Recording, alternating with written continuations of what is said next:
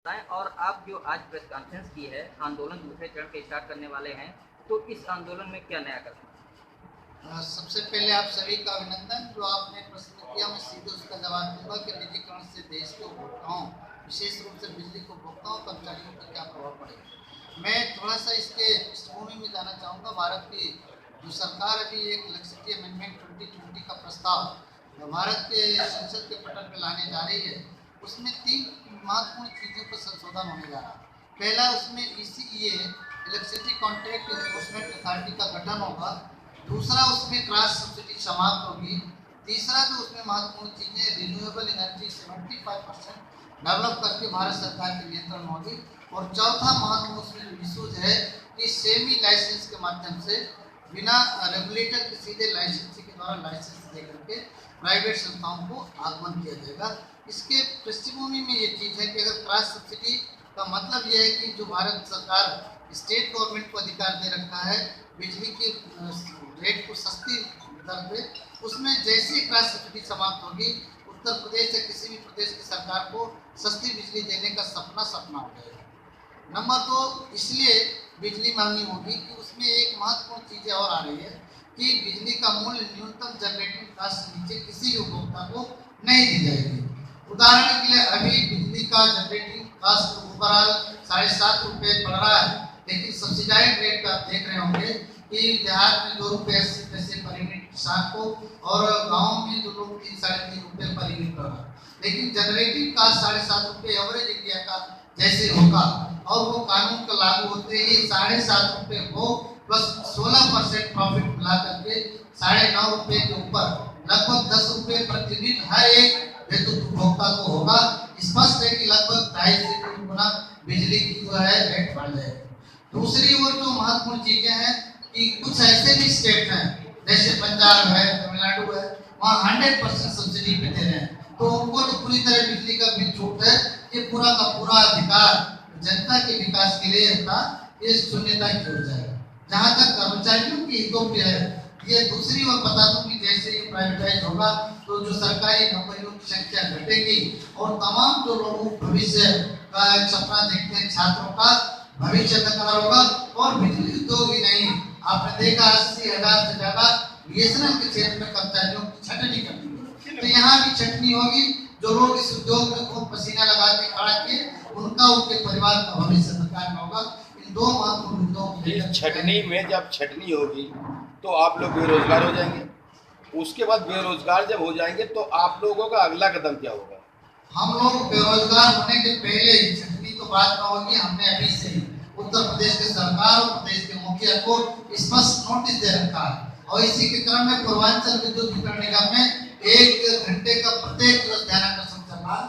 हमारी केंद्रीय टोली वहां दौरा कर रही है, और यह निर्णय लिया है कि जिस दिन कैबिनेट के पटल पर जाएगा, तत्काल प्रभाव से अनिश्चितकालीन आंदोलन की स्थिति घोषित होगी, और वह आंदोलन हड़ताल जैसी स्थिति में होगी। ये हमने निर्णय लिया। हड़ताल की होगी, बिजली बंद हड़ताल तो नहीं होगी? नहीं, हड़ताल में जो भी चीजें होंगी उस समय की स्थितियां हैं, लेकिन हमने अनिश्चितकालीन आंदोलन जो हड़ताल जैसी स्थिति होगी।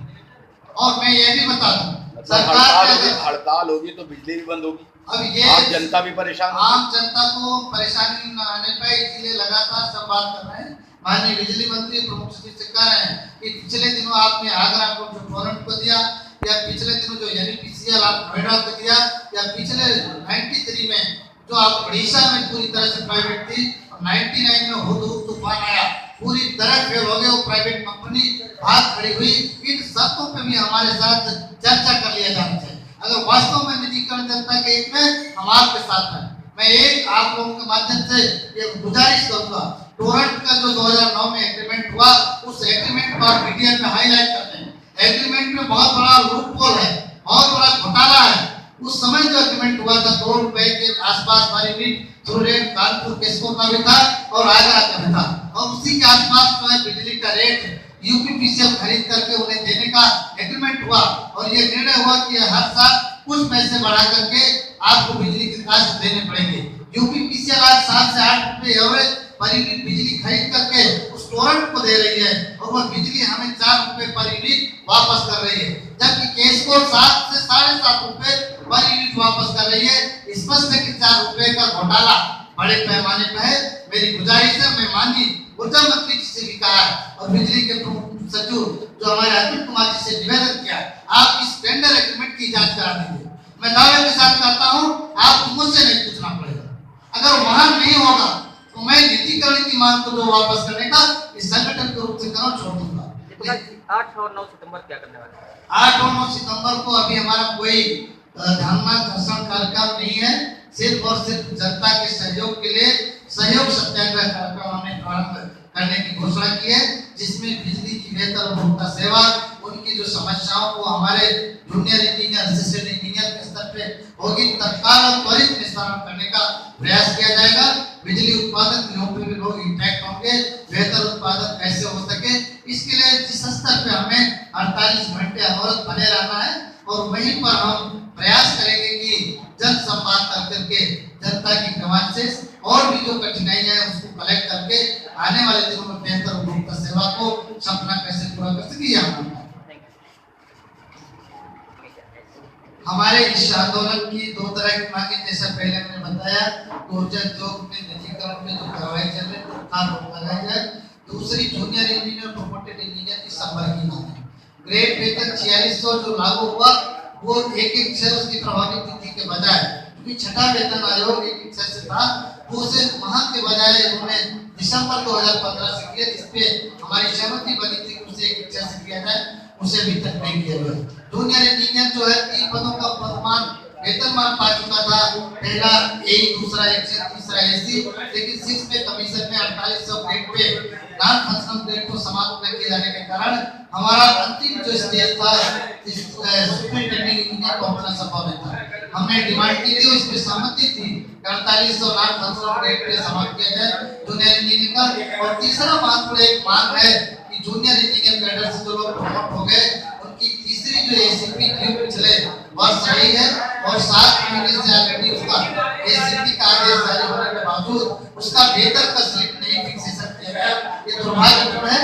शीघ्र स्लिप जो है जो पिछले दिनों लोगों को मिल चुका था तीसरी एसीपी 8700 का, उसे रिस्टोर किया जाए। इसके अलावा कई बिंदु हैं, जैसे बिजली थाने खुले, उनकी उपयोगिता प्रॉपर नहीं हो रही है। बिजली थाने वर्किंग डे में खुलेंगे और शनिवार रविवार में एफआईआर कराना होगा तो कैसे होगा, बड़ा तकनीकी भी है। हम उसमें 70 थाने खुल चुके हैं, बड़े पैमाने पर पैसा खर्च कर रहे हैं और बिजली तारों में तमाम प्रकार की कमियां हैं। उसके हमने उत्तर प्रदेश के शीर्ष जो विजिलेंस के डीजी को सचिव को सुझाव दिया, उसमें लागू कराए जाने की बात की है, यह भी आवश्यक है।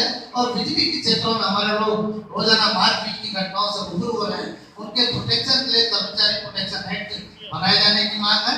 और जूनियर इंजीनियर के एसीआर के फॉर्मेट में बदलाव करके उसके जो प्रोन्नतियां है उसके तमाम जो सेवा सुविधाओं को प्रभावित करने का कॉर्पोरेशन मैनेजमेंट ने किया, उसमें तत्काल ही हमने अपील की है कि पुराने एसीआर की फॉर्मेट लागू की जाए, अन्यथा जो एसीआर की व्यवहारिक पद्धति है उसमें संशोधन किया जाए।